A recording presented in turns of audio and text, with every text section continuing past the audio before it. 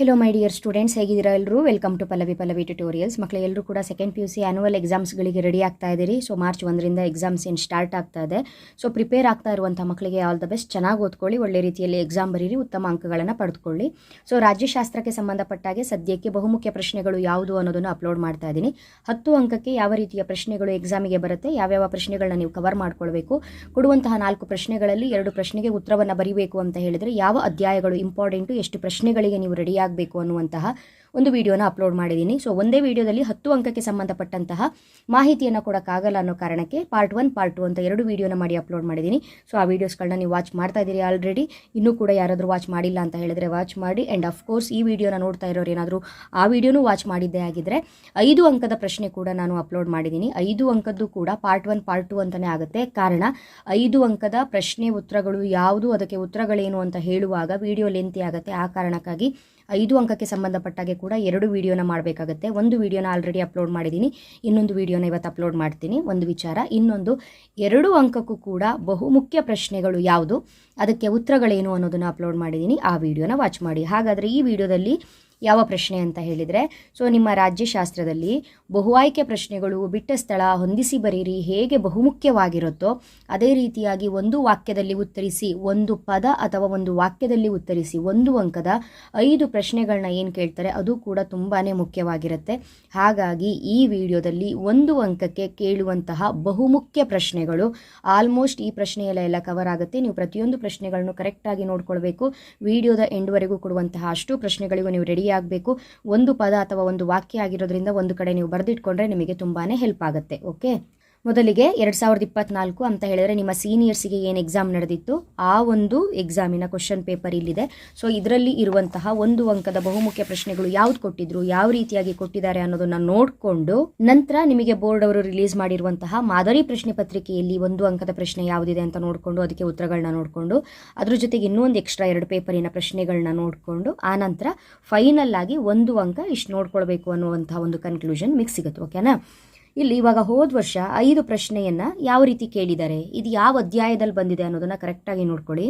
ಲೋಕಾಯುಕ್ತರನ್ನು ಯಾರು ನೇಮಿಸುತ್ತಾರೆ, ಇದಕ್ಕೆ ಉತ್ತರ ರಾಜ್ಯಪಾಲರು. ನೆಕ್ಸ್ಟು 2ನೇ ಬಹುಮುಖ್ಯ ಪ್ರಶ್ನೆ, ಅಸ್ಮಿತೆ ರಾಜಕಾರಣವನ್ನು ಗುರುತಿಸಿದವರು ಯಾರು, LA ಕಾಫ್ಮನ್. 3ನೇ ಪ್ರಶ್ನೆ, WTO ಅನ್ನು ವಿಸ್ತರಿಸಿ ವಿಶ್ವ ವ್ಯಾಪಾರ ಸಂಘಟನೆ. ಲೇಸರ್ಸ್ಫೇರ್ನ ಅರ್ಥವೇನು? ಲೇಸರ್ಸ್ಫೇರ್ ಎಂದರೆ ಮುಕ್ತ ವ್ಯಾಪಾರ ನೀತಿ. ಭಾರತದ ವಿದೇಶಾಂಗ ನೀತಿಯ ಶಿಲ್ಪಿ ಯಾರು? ಜವಾಹರಲಾಲ್ ನೆಹರು. ಈ 5 ಪ್ರಶ್ನೆ ಬಹುಮುಖ್ಯ. ಇದರ ಜೊತೆಗೆ ಮುಂದಿನ 1 ಅಂಕದ ಪ್ರಶ್ನೆ, ಆಪರೇಷನ್ ಪೋಲೋ ಎಂದರೇನು? ಒಂದು ವಾಕ್ಯದಲ್ಲಿ ಬರೆಯೋದು ಕಷ್ಟ, ಹಾಗಾಗಿ ಒಂದು ಸ್ವಲ್ಪ ಜಾಸ್ತಿನೇ ಇರುತ್ತೆ. ಇಲ್ಲಿ ಹೈದರಾಬಾದ್ ಪ್ರಾಂತ್ಯವನ್ನು ಭಾರತದ ಒಕ್ಕೂಟದಲ್ಲಿ ಸೇರಿಸಲು ಭಾರತ ಸೇನೆಯು ನಡೆಸಿದ ಪೊಲೀಸ್ ಕಾರ್ಯಾಚರಣೆಯನ್ನು ಆಪರೇಷನ್ ಪೋಲೋ ಎಂದು ಕರೆಯುತ್ತಾರೆ ಅಂತ ಬರಿಬೇಕು. ಹಾಗಾಗಿ ಈ ಒಂದು ಇಂಪಾರ್ಟೆಂಟ್ ಪ್ರಶ್ನೆಯನ್ನು ಕರೆಕ್ಟಾಗಿ ನೋಡ್ಕೊಳ್ಳಿ. ಮುಂದಿನ 1 ಅಂಕದ ಪ್ರಶ್ನೆ, ಮನುಸ್ಮೃತಿಯನ್ನು ಯಾವಾಗ ಅಳವಡಿಸಿಕೊಳ್ಳಲಾಯಿತು? ಕ್ರಿಸ್ತಶಕ 185. ಜಿಲ್ಲೆಯಲ್ಲಿ ಮಾನವ ಹಕ್ಕುಗಳನ್ನು ರಕ್ಷಿಸುವ ಮುಖ್ಯಸ್ಥರು ಯಾರು? ಜಿಲ್ಲಾಧಿಕಾರಿಗಳು. LAC ಅನ್ನು ವಿಸ್ತರಿಸಿ ಲೈನ್ ಆಫ್ ಆ್ಯಕ್ಚುವಲ್ ಕಂಟ್ರೋಲ್ ಅಂತ ಕರಿತೀವಿ. ಕನ್ನಡದಲ್ಲಿ ಬರಿಬೇಕು. LAC ಅಂತ ಹೇಳಿದ್ರೆ ನಿಜವಾದ ಗಡಿ ನಿಯಂತ್ರಣ ರೇಖೆ. ಬಂಗಬಂಧು ಎಂದು ಯಾರನ್ನು ಕರೆಯುವರು? ಶೇಖ್ ಮುಜಿಬುರ್ ರೆಹಮಾನ್. ನೆಕ್ಸ್ಟು 1 ಅಂಕದ ಪ್ರಶ್ನೆ, ರಾಜ್ಯ ಸರ್ಕಾರದಲ್ಲಿ ಸಂಪುಟ ಕಾರ್ಯದರ್ಶಿಯಾಗಿ ಯಾರು ಕಾರ್ಯನಿರ್ವಹಿಸುವರು? ಮುಖ್ಯ ಕಾರ್ಯದರ್ಶಿ. ಡಾಕ್ಟರ್ BR ಅಂಬೇಡ್ಕರ್ ರವರು ಸ್ವತಃ ಪ್ರವೇಶಿಸಲು ಮುನ್ನುಗ್ಗಿದ ದೇವಾಲಯ ಯಾವುದು? ನಾಸಿಕ್ದ ಕಲಾರಾಮ ಮಂದಿರ. ಕಾರ್ಮಿಕ ಚಳುವಳಿಯ ಯಾವುದಾದರೂ ಒಂದು ಕಾರಣವನ್ನು ಬರೆಯಿರಿ. ಹಲವಾರು ಚಳುವಳಿಗಳು ಇದೆ, ಓದ್ಕೊಂಡಿರ್ತೀರಿ. 5 ಅಂಕಕ್ಕೆ ಬಹುಮುಖ್ಯವಾಗಿರುತ್ತೆ ಚಳುವಳಿಗಳು. ಇಲ್ಲಿ ಅವರು ಕಾರ್ಮಿಕ ಚಳುವಳಿಗೆ ಯಾವುದಾದರೂ ಒಂದು ಕಾರಣ ಕೊಡಿ ಅಂತ ಹೇಳಿದರೆ ಒಂದು ಪಾಯಿಂಟನ್ನು ಬರಿಬಹುದು, ಉದ್ಯೋಗಿಗಳ ಕಡೆಗಣನೆ. ಉದ್ಯೋಗಿಗಳ ಕಡೆಗಣನೆ ಅಂತ ಬರಿಬಹುದು. ಭಾರತ ವಿದೇಶಾಂಗ ನೀತಿಯ ಶಿಲ್ಪಿ ಯಾರು? ಈ ಪ್ರಶ್ನೆ ರಿಪೀಟ್ ಆಗಿದೆ, ಕರೆಕ್ಟಾಗಿ ನೋಡ್ಕೊಳ್ಳಿ. ಭಾರತ ವಿದೇಶಾಂಗ ನೀತಿಯ ಶಿಲ್ಪಿ ಪಂಡಿತ್ ಜವಾಹರಲಾಲ್ ನೆಹರು. CTBTಯನ್ನು ವಿಸ್ತರಿಸಿ. CTBTಯನ್ನು ವಿಸ್ತರಿಸಿ. Comprehensive nuclear test ban treaty ಅಂತ ಇಂಗ್ಲೀಷಲ್ಲಿ. ಕನ್ನಡ ಮೀಡಿಯಂ ಅವರು ಕನ್ನಡದಲ್ಲೇ ಬರಿಬೇಕು. ಸಮಗ್ರ ಅಣ್ವಸ್ತ್ರ ಪರೀಕ್ಷೆ ನಿಷೇಧ ಒಪ್ಪಂದ. ಸಮಗ್ರ ಅಣ್ವಸ್ತ್ರ ಪರೀಕ್ಷೆ ನಿಷೇಧ ಒಪ್ಪಂದ. ಮುಂದಿನ 1 ಅಂಕದ ಪ್ರಶ್ನೆ, ರಾಜ್ಯ ಸೇವೆಗಳಿಗೆ ಒಂದು ಉದಾಹರಣೆ ನೀಡಿ. ಕರ್ನಾಟಕ ಸಹಕಾರಿ ಸೇವೆಗಳು. ಓಕೆನಾ? ಅಥವಾ ನೀವು ಯಾವುದು ಬೇಕಿದ್ರೂ ಬರೀಬಹುದು. ಕರ್ನಾಟಕ ಆಡಳಿತ ಸೇವೆಗಳು, ಕರ್ನಾಟಕ ರಾಜ್ಯ ಪೊಲೀಸ್ ಸೇವೆಗಳು, ಕರ್ನಾಟಕ ಅರಣ್ಯ ಸೇವೆಗಳು, ಕರ್ನಾಟಕ ಶಿಕ್ಷಣ ಸೇವೆಗಳು. ಯಾವುದು ಬೇಕಿದ್ರೂ ಬರೀಬಹುದು. ಒಂದು ಬರೆದ್ರೆ ಸಾಕು. ಬಟ್ ಈ ಸೇವೆಗಳನ್ನು ಓದ್ಕೊಂಡಿರಬೇಕು. ಕೇಂದ್ರ ಸೇವೆಗಳು, ರಾಜ್ಯ ಸೇವೆಗಳು ಯಾವುದು ಅಂತ 5 ಅಂಕಕ್ಕೆ ಬಹುಮುಖ್ಯವಾಗಿರುತ್ತೆ. ಮುಂದಿನ ಪ್ರಶ್ನೆ, ಅಂತಾರಾಷ್ಟ್ರೀಯ ಸಂಬಂಧಗಳು ಎಂದರೇನು? ಅಂತಾರಾಷ್ಟ್ರೀಯ ಸಂಬಂಧ ಎಂಬುದು ವಿವಿಧ ರಾಷ್ಟ್ರಗಳ ನಡುವೆ ನಡೆಯುವ ವಿನಿಮಯ ಕಾರ್ಯ ಚಟುವಟಿಕೆಗಳು, ಒಪ್ಪಂದ, ಮಾಹಿತಿ ರವಾನೆ ಮತ್ತು ಸ್ವಭಾವ ಪ್ರತಿಕೂಲ ವ್ಯವಸ್ಥೆಗಳ ವಿವಿಧ ಸಂಘಟನೆಗಳ ಸಾಮಾಜಿಕ ವ್ಯವಸ್ಥೆಯಾಗಿರುತ್ತದೆ. ಮುಂದಿನ ಪ್ರಶ್ನೆ, ಯಾವ ದಿನವನ್ನು ರಾಷ್ಟ್ರೀಯ ಮತದಾರರ ದಿನವನ್ನಾಗಿ ಆಚರಿಸಲಾಗುತ್ತದೆ? ಬಹುಮುಖ್ಯ ಪ್ರಶ್ನೆ. ಜನವರಿ 25. ಲಿಬಿಯಾದ ಸರ್ವಾಧಿಕಾರಿಯನ್ನು ಹೆಸರಿಸಿ. ಮ್ಯೂಮರ್ ಮಹಮ್ಮದ್ ಆಲ್ ಗಡಾಫಿ. ಚುನಾವಣಾ ಪೂರ್ವ ಮೈತ್ರಿ ಎಂದರೇನು? ಚುನಾವಣಾ ಪೂರ್ವದಲ್ಲಿ ನಿರ್ದಿಷ್ಟ ರಾಜಕೀಯ ಪಕ್ಷಗಳ ಇತರ ಸ್ವತಂತ್ರ ಹಾಗೂ ಸಣ್ಣಪುಟ್ಟ ರಾಜಕೀಯ ಪಕ್ಷಗಳ ಜೊತೆ ಮೈತ್ರಿಗೆ ಮುಂದಾಗುತ್ತವೆ. ಅದೇ ಚುನಾವಣಾ ಮೈತ್ರಿ. ಮುಂದಿನ 1 ಅಂಕದ ಪ್ರಶ್ನೆ, ಶೋಷಿತ ಮಹಿಳೆಯರಿಗೆ ಶಿಕ್ಷಣ ಪ್ರಾರಂಭಿಸಿದ ಪ್ರಥಮ ಶಿಕ್ಷಕಿ ಯಾರು? ಸಾವಿತ್ರಿ ಬಾಪುಲೆ. ಯಾವುದಾದರೂ ಒಂದು ಭಯೋತ್ಪಾದನಾ ಸಂಘಟನೆಯನ್ನು ಹೆಸರಿಸಿ. ಅಲ್ ಖೈದಾ, LTTE. LTTE. ಯಾವ ದಿನವನ್ನು, ರಿಪೀಟ್ ಕ್ವಶನ್ನು, ಯಾವ ದಿನವನ್ನು ಮತದಾರರ ದಿನವೆಂದು ಆಚರಿಸಲಾಗುತ್ತದೆ? ಜನವರಿ 25. ಖಾಸಗೀಕರಣವು ಯಾವ ದೇಶದಲ್ಲಿ ಮೊದಲು ಪ್ರಾರಂಭವಾಯಿತು? ಇಂಗ್ಲೆಂಡ್ ಮತ್ತು ಅಮೇರಿಕ. ಸಾರ್ಕ್ನ ಪಿತಾಮಹ ಯಾರು? ಜಿಯಾ ಉರ್ ರೆಹಮಾನ್. ಸಾರ್ಕ್ನ ಪಿತಾಮಹ ಜಿಯಾ ಉರ್ ರೆಹಮಾನ್. ನಾವು ಇಲ್ಲಿವರೆಗೂ ನೋಡಿರುವಂತಹ ಪ್ರಶ್ನೆಗಳಲ್ಲಿ ಪ್ರಮುಖವಾಗಿ ಕೆಲವೊಂದು ದಿನಾಚರಣೆಗಳನ್ನು ಆಚರಣೆ ಮಾಡೋದ್ರ ಬಗ್ಗೆ ಒಂದು ಪ್ರಶ್ನೆ ಇರುತ್ತೆ. ಹಾಗಾಗಿ ಬಹುಮುಖ್ಯ ದಿನಾಚರಣೆಗಳು ಯಾವುದು ಅನ್ನೋದನ್ನು ನೋಡೋಣ. ನಮಗೆ ಈಗ ಆಲ್ರೆಡಿ ಮತದಾರರ ದಿನಾಚರಣೆ ಜನವರಿ 25 ಎಲ್ಲ ಕಡೆ ರಿಪೀಟ್ ಆಗಿದೆ. ಹಾಗಾಗಿ ಇದು ಇಂಪಾರ್ಟೆಂಟು, ಕರೆಕ್ಟಾಗಿ ನೋಡ್ಕೊಳ್ಳಿ. ಮತದಾರರ ದಿನಾಚರಣೆಯನ್ನು ಯಾವಾಗ ಆಚರಣೆ ಮಾಡ್ತೀವಿ? ಜನವರಿ 25. ಕಾರ್ಮಿಕರ ದಿನಾಚರಣೆ ಮೇ 1. ಪರಿಸರ ದಿನಾಚರಣೆ ಜೂನ್ 5. ಮಹಿಳಾ ದಿನಾಚರಣೆ ಮಾರ್ಚ್ 8. ಮಾನವ ಹಕ್ಕುಗಳ ದಿನಾಚರಣೆ ಡಿಸೆಂಬರ್ 10. ಕರೆಕ್ಟಾಗಿ ನೆನ್ಪಿಟ್ಕೊಳ್ಬೇಕು.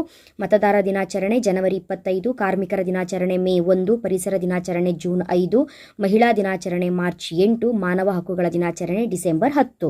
ನೆಕ್ಸ್ಟು ಸ್ಥಳಗಳು, ಇದು ಕೂಡ ಬಹುಮುಖ್ಯವಾಗಿರುತ್ತೆ. ಲಾಲ್ ಬಹದ್ದೂರ್ ಶಾಸ್ತ್ರಿ ಅಕಾಡೆಮಿ ಎಲ್ಲಿದೆ? ಮಸ್ಸೂರಿಯಲ್ಲಿದೆ. ಕರೆಕ್ಟಾಗಿ ನೆನ್ಪಿಟ್ಕೊಳ್ಳಿ. ಲಾಲ್ ಬಹದ್ದೂರ್ ಶಾಸ್ತ್ರಿ ಅಕಾಡೆಮಿ ಇರೋದೆಲ್ಲಿ? ಮಸ್ಸೂರಿ. ಸರ್ದಾರ್ ವಲ್ಲಭಭಾಯ್ ಪಟೇಲ್ ಅಕಾಡೆಮಿ ಎಲ್ಲಿದೆ? ಹೈದರಾಬಾದ್. ಇದು ಎರಡರಲ್ಲಿ ಒಂದು ಪ್ರಶ್ನೆ ಗ್ಯಾರಂಟಿ ಬರುವಂಥದ್ದು. ಹಾಗಾಗಿ ಕರೆಕ್ಟಾಗಿ ನೋಡ್ಕೊಳ್ಳಿ.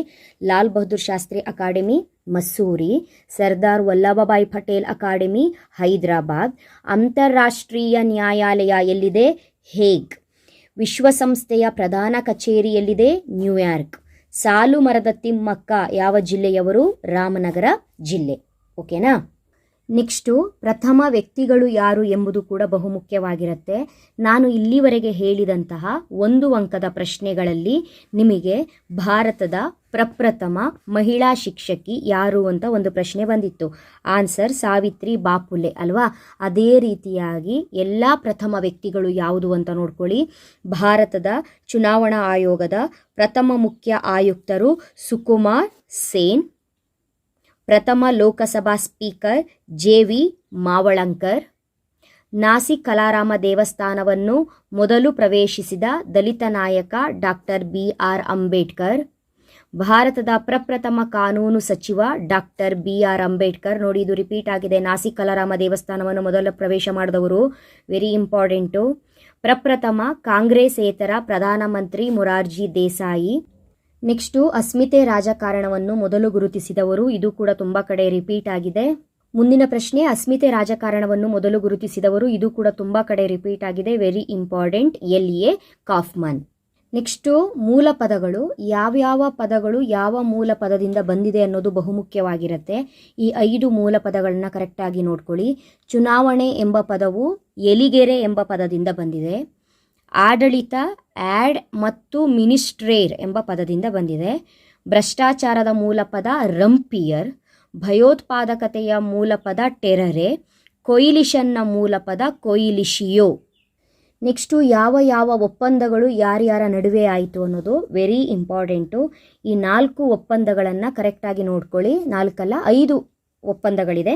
ಮೊದಲನೇದಾಗಿ ವೆಸ್ಟ್ಫಾಲಿಯಾ ಒಪ್ಪಂದ 1648, ವೆಸ್ಟ್ಫಾಲಿಯಾ ಒಪ್ಪಂದ.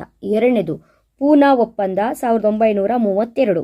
ಪಂಚಶೀಲ ತತ್ವಗಳ ಒಪ್ಪಂದ 1954. ತಾಷ್ಕೆಂಟ್ ಒಪ್ಪಂದ 1966. ಸಿಮ್ಲಾ ಒಪ್ಪಂದ 1972. 1 ಅಂಕಕ್ಕೆ ಬಹುಮುಖ್ಯ ಪ್ರಶ್ನೆ. ಇದನ್ನೇ 2 ಅಂಕಕ್ಕೂ ಕೂಡ ಕೇಳ್ತಾರೆ. ಹಾಗಾಗಿ ಯಾರ್ಯಾರ ನಡುವೆ ಒಪ್ಪಂದ ಆಯಿತು ಅನ್ನೋದನ್ನು ಕರೆಕ್ಟಾಗಿ ನೋಡ್ಕೊಳ್ಳಿ. ಇಷ್ಟನ್ನು ಕಲ್ತ್ಕೊಳ್ಳೋದೇನು ಕಷ್ಟ ಆಗಲ್ಲ. ಪೂನಾ ಒಪ್ಪಂದ ಆಗಿದ್ದು ಮಹಾತ್ಮ ಗಾಂಧಿ ಮತ್ತು ಡಾಕ್ಟರ್ BR ಅಂಬೇಡ್ಕರ್ ನಡುವೆ. ಪಂಚಶೀಲ ತತ್ವಗಳ ಒಪ್ಪಂದ ಆಗಿದ್ದು ಜವಾಹರಲಾಲ್ ನೆಹರು ಮತ್ತು ಚೌ ಎನ್ ಲಾಯ್ ನಡುವೆ. ತಾಷ್ಕೆಂಟ್ ಒಪ್ಪಂದ ಆಗಿದ್ದು ಲಾಲ್ ಬಹದ್ದೂರ್ ಶಾಸ್ತ್ರಿ ಮತ್ತು ಆಯೂಬ್ ಖಾನ್ ನಡುವೆ. ಸಿಮ್ಲಾ ಒಪ್ಪಂದ ಆಗಿದ್ದು ಶ್ರೀಮತಿ ಇಂದಿರಾ ಗಾಂಧಿ ಮತ್ತು ZA ಭುಟ್ಟೋ ನಡುವೆ. ಓಕೆ, ನೆಕ್ಸ್ಟು ಯಾರ್ಯಾರಿಗೆ ಏನೇನು ಬಿರುದುಗಳಿದೆ ಕರೆಕ್ಟಾಗಿ ನೋಡ್ಕೊಳ್ಳಿ. ಉಕ್ಕಿನ ಮನುಷ್ಯ ಸರ್ದಾರ್ ವಲ್ಲಭಭಾಯಿ ಪಟೇಲ್. ರಾಜ್ಯಗಳ ಏಕೀಕರಣ ರೂವಾರಿ ಸರ್ದಾರ್ ವಲ್ಲಭಭಾಯಿ ಪಟೇಲ್. ಭಾರತ ವಿದೇಶಾಂಗ ನೀತಿಯ ಶಿಲ್ಪಿ ಪಂಡಿತ್ ಜವಾಹರಲಾಲ್ ನೆಹರು. ಅಲಿಪ್ತ ನೀತಿಯ ತತ್ವದ ಶಿಲ್ಪಿ ಪಂಡಿತ್ ಜವಾಹರಲಾಲ್ ನೆಹರು. ಬಂಗಬಂಧು ಅಂತ ನಾವು ಯಾರನ್ನು ಕರಿತೀವಿ ಶೇಖ್ ಮುಜಿಬುರ್ ರೆಹಮಾನ್. ಇದರಲ್ಲಿ 2 ಪ್ರಶ್ನೆ ರಿಪೀಟ್ ಆಗಿದೆ. ಹಾಗಾಗಿ ಈ 5 ಪ್ರಶ್ನೆನ ನೋಡ್ಕೊಳ್ಳಿ. ಈಸಿಯಾಗಿ 1 ಅಂಕದ ಪ್ರಶ್ನೆಗಳಿಗೆ ಉತ್ತರವನ್ನು ಬರೆಯುವಾಗ ಹೆಲ್ಪ್ ಆಗುತ್ತೆ. ಬಹುಮುಖ್ಯವಾಗಿ ಕೆಲವೊಂದು ಪ್ರಮುಖ ಕಾಯ್ದೆಗಳು ನಮಗೆ ಗೊತ್ತಿರಬೇಕು, ನೋಡ್ಕೊಳ್ಬೇಕು. ಅಧಿಕಾರವನ್ನು ಕಂಪನಿಯಿಂದ ಕ್ರೌನ್ಗೆ ವರ್ಗಾಯಿಸಿದ ಕಾಯ್ದೆ 1858. ಓಕೆನಾ, ಅಧಿಕಾರವನ್ನು ಕಂಪನಿಯಿಂದ ಕ್ರೌನ್ಗೆ ವರ್ಗಾಯಿಸಿದ್ದು 1858ರ ಕಾಯ್ದೆ. ಮುಸ್ಲಿಮರಿಗೆ ಪ್ರತ್ಯೇಕ ಮತಕ್ಷೇತ್ರವನ್ನು ನೀಡಿದ ಕಾಯ್ದೆ 1909. ಸಂಯುಕ್ತ ಸರ್ಕಾರದ ಸ್ಥಾಪನೆಗೆ ಅವಕಾಶ ನೀಡಿದ ಕಾಯ್ದೆ 1935. ಕೌಟುಂಬಿಕ ದೌರ್ಜನ್ಯ ಕಾಯ್ದೆ 2005. ಪಕ್ಷಾಂತರ ನಿಷೇಧ ಕಾಯ್ದೆ ವೆರಿ ಇಂಪಾರ್ಟೆಂಟ್ 1985. ರಾಜ್ಯ ಪುನರ್ ರಚನಾ ಕಾಯ್ದೆ 1956 ವೆರಿ ಇಂಪಾರ್ಟೆಂಟ್. ವರದಕ್ಷಿಣೆ ನಿಷೇಧ ಕಾಯ್ದೆ 1961. ಹಿಂದೂ ಪುನರ್ವಿವಾಹ ಕಾಯ್ದೆ 1856. ಸೊ ಇದಿಷ್ಟು ಕೂಡ 1 ಅಂಕಕ್ಕೆ ಕೇಳುವಂತಹ ಬಹುಮುಖ್ಯ ಪ್ರಶ್ನೆಗಳು ಹಾಗೂ ಉತ್ತರಗಳು. ನಿಮಗೆ ಹೆಲ್ಪ್ ಆಗಿದೆ ಅಂತ ಭಾವಿಸಿದ್ದೀನಿ ಈ ಒಂದು ಪ್ರಶ್ನೆಗಳನ್ನ ಕೊಟ್ಟಿರೋದ್ರಿಂದ. ಇದೇ ರೀತಿಯಾಗಿ ಇನ್ನು ರಾಜ್ಯಶಾಸ್ತ್ರ ವಿಷಯ ಅಲ್ಲದೆ ಉಳಿದ ವಿಷಯಗಳಿಗೂ ಕೂಡ ಕೊಡುವಂತಹ ಬಹುಮುಖ್ಯ ಪ್ರಶ್ನೆಗಳು ಯಾವುದು, ಅದಕ್ಕೆ ಉತ್ತರಗಳೇನು, ನಾನು ಯಾವ ವೀಡಿಯೋಸ್ಗಳನ್ನ ಅಪ್ಲೋಡ್ ಮಾಡ್ತಾ ಇದ್ದೀನಿ ಅನ್ನೋದ್ರ ಬಗ್ಗೆ ನಿಮಗೆ ಗೊತ್ತಾಗಬೇಕು ಅಂತ ಹೇಳಿದ್ರೆ ನಮ್ಮ ಚಾನಲ್ ಪಲ್ಲವಿ ಟ್ಯುಟೋರಿಯಲ್ಸ್ನ ಸಬ್ಸ್ಕ್ರೈಬ್ ಮಾಡಿಕೊಂಡು ಆಲ್ ಬಟನ್ನ ಕ್ಲಿಕ್ ಮಾಡ್ಕೊಂಡಿರಬೇಕು. ನಾನು ವೀಡಿಯೋಸ್ಗಳು ಅಪ್ಲೋಡ್ ಮಾಡಿದ ತಕ್ಷಣ ನಿಮಗೆ ನೋಟಿಫಿಕೇಶನ್ ಬರುತ್ತೆ. ನಿಮಗೆ ಆ ವಿಡಿಯೋ ಅವಶ್ಯಕತೆ ಇದೆ ಅಂತ ಹೇಳಿದರೆ ವಾಚ್ ಮಾಡಬಹುದು, ಇಲ್ಲ ವಿಡಿಯೋನ ಸ್ಕಿಪ್ ಮಾಡಬಹುದು. ಓಕೆನಾ, ಮುಂದಿನ ವಿಡಿಯೋದಲ್ಲಿ ಮತ್ತೆ ಸಿಗ್ತೀನಿ. ಅಲ್ಲಿವರೆಗೂ ಚೆನ್ನಾಗಿ ಓದ್ಕೊಳ್ಳಿ, ಚೆನ್ನಾಗಿ ಪ್ರಿಪೇರ್ ಆಗಿ ಒಳ್ಳೆ ಮಾರ್ಕ್ಸನ್ನು ತೆಗೀರಿ. All the best. Thank you.